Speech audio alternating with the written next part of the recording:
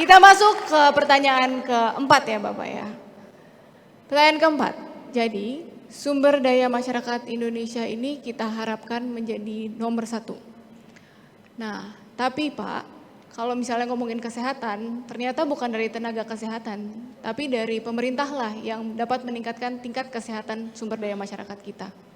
Nah, tapi gimana nih sumber daya masyarakatnya mau bagus kalau misalnya makannya aja belum oke.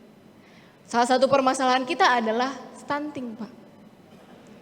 Nah, untuk bonus demografi dan stunting, Pak. Oh, stunting, oke.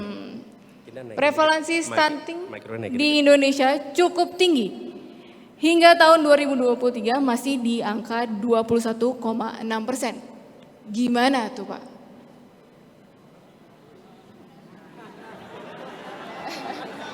Gimana tuh Pak stunting tuh? Ada yang banyak ngomongin stunting soalnya akhir-akhir ini ya.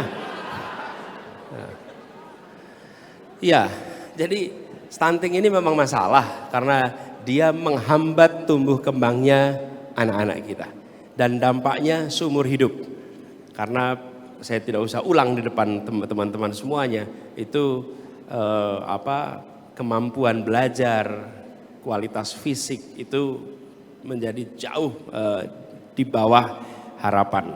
Nah, tapi penanganannya tidak bisa ketika udah sekolah.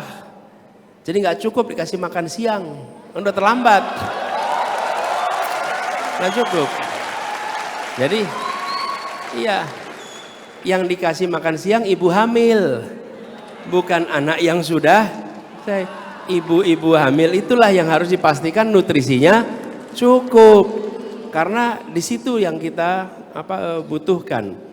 Jadi intervensinya bersatu nih, intervensinya di usia dini, bahkan di usia ibu hamil, memastikan kesehatan ibu hamil. Ini krusial sekali. Kemudian 1000 hari pertama dari usia bayinya, itu kira-kira yang harus menjadi perhatian. Lalu pastikan imunisasinya semua tuntas, pola asuhnya benar. Jadi bukan hanya bicara tentang satu jenis makanan, tapi kita harus memastikan bahwa semua nutrisi sehat, pola asuh benar, imunisasi benar di usia dini anak-anak. Lalu yang tidak kalah penting, itu kita tidak boleh membuat ribet ibu hamil dan ibu yang baru melahirkan. Justru dibuat semudah mungkin di mana saja, kapan saja. Sekarang pertanyaan sederhana. Mengapa kita harus peduli pada ibu hamil? Karena dia sedang mengandung calon warga negara kita. Jadi kita sedang melindungi warga negara kita yang dikandung oleh ibu itu. Apapun status dia. Dia sebutlah statusnya, KTP-nya belum jelas. Karena rumahnya nggak jelas. Ya itu kan ibunya. Anaknya dosa apa dengan itu? Nggak punya dosa dia. Kenapa kita hukum si ibu? Ini sederhana sekali. Kita melindungi bayi. Bayi itu tidak usah ditanya KTP-nya. Dia belum tentu KTP-nya di mana. Dan dia juga belum punya warga negara. Karena itu kalau ibu hamil, kewarganegaraan apapun, KTP apapun, kondisi sosial ekonomi apapun, negara harus membantu apa yang dia butuhkan. Karena kita sedang menyelamatkan bayi yang dalam kandungannya. Nah, filosofi ini menurut saya harus dipahami oleh semua. Lalu saya ingin sampaikan soal ini. Soal policy ini. Kenapa saya perlu sampaikan? Ini wilayah yang sudah dikelola oleh daerah. Jadi pemerintah pusat itu harus memberikan guideline. Ini concern kami. Saya pernah menjadi pemerintah daerah. Dan kita tidak ditegur dalam urusan-urusan pelayanan kesehatan untuk ibu hamil. Pelayanan kesehatan untuk anak usia dini. Pelayanan, tidak. Kita ini ditegur pemerintah pusat kalau belanjanya belum habis. Kita ditegur kalau uangnya mampir di bank. Tapi kita tidak ditegur untuk isu-isu kesra. Nah, ke depan kami akan buatkan sistem sehingga tiap bupati, wali kota, gubernur mereka punya indikator-indikator kesehatan yang harus mereka penuhi di wilayah mereka masing-masing. Jadi kepala dinas kesehatan tidak usah bertempur dengan bupati, wali kota. Dan dokter-dokter sana nggak usah bertempur. Karena yang bertarung tuh dokter-dokter tenaga kesehatan. Meminta anggaran lebih, meminta fasilitas lebih. Karena mereka lihat di lapangan, tapi keputusan politiknya tidak ada. Nah kalau dari pusat tidak ada dorongan dari pusat apa? Tunjukkan faktanya. Daerah Anda membutuhkan A, B, C, D, F, G, maka APBD-nya harus dialokasikan untuk itu. Kalau tidak, nanti transfer dari pusat akan dikurangi. Jadi ada tekanan dari pusat. Karena kalau tidak, akan sulit sekali. Lalu terkait soal susu dan tidak nih. Menurut saya begini. Banyak anak-anak kita ini yang punya istilahnya apa? Laktos intoleran. Laktos intoleran. Dan kita ini punya laut yang luas, kita punya sumber pangan dari laut yang banyak, sehingga yang penting nutrisinya, bukan harus jenis susu. Kalau udah jenis susu nanti pabrik-pabrik susu yang akan hidup dari proyek ini. Okay?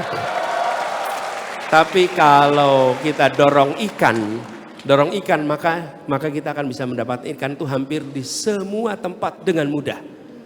Di danau dapat, di laut dapat, dan harganya terjangkau, aksesnya mudah. Bila anak dibiasakan dari awal untuk makan makanan sehat yang produksinya di dalam negeri dengan mudah, maka ke depan dia tidak dilatih untuk menjadi konsumen impor balang dari luar. Ya. Oke, tepuk tangan semuanya. Siapa yang gak sabar nih masuk ke segmen Desak Anies selanjutnya? Kita desak satu kali lagi ya Pak ya. Pertanyaan kelima. Kalau misalnya ngomongin asuransi kesehatan, kita ngomongin apa? BPJS. Pak, BPJS nih Pak. Kita udah denger BPJS berkeringat semua ya. Saya dibantu oleh BPJS. Pasti masyarakat Indonesia banyak yang dibantu oleh BPJS. Tapi banyak juga yang mengeluhkan mengenai keefisienan BPJS ini. Di tahun 2024, BPJS cenderung akan defisit. Bagaimana antisipasi Bapak apabila BPJS defisit Pak? Ya, begini. Kami akan melibatkan multi stakeholder untuk mencari jalan keluar teknisnya. Tapi prinsipnya begini, prinsipnya adalah pelayanan tidak boleh terganggu.